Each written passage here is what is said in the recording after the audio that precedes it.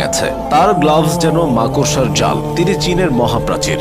সতীর্থরা তাকে ডাকেন দিবু নামে, ভক্তরা ডাকেন বাজ পাখি বলে। সব ছাপিয়ে এমি হয়ে উঠেছেন আস্থা ও নির্ভরতার প্রতীক। আর্জেন্টিনার জার্সিতে তিনি যতগুলো ম্যাচ হেরেছেন তার চেয়ে বেশি ট্রফি জিতেছেন। মাস্টারমাইন্ড কোচ স্কালোনির ট্যাকটিক্স কোনো কাজে আসতো না যদি এমিলিয়ানো মার্টিনেজ নামের কেউ না থাকতো। আর্জেন্টিনাকে বারবার বাঁচিয়েছেন তিনি। এমি মাঠে নামা মানেই ক্লিন শিট। তার মানসিকতা অন্য সবার চেয়ে আলাদা। পাগলাটে কর্মকাণ্ডে প্রতিপক্ষকে ভরকে দেওয়া থেকে শুরু করে খ্যাপাটে উদযাপনের জন্য তিনি পেয়েছেন আলাদা পরিচিতি। মাইন্ড গেমে তিনি দুর্দান্ত।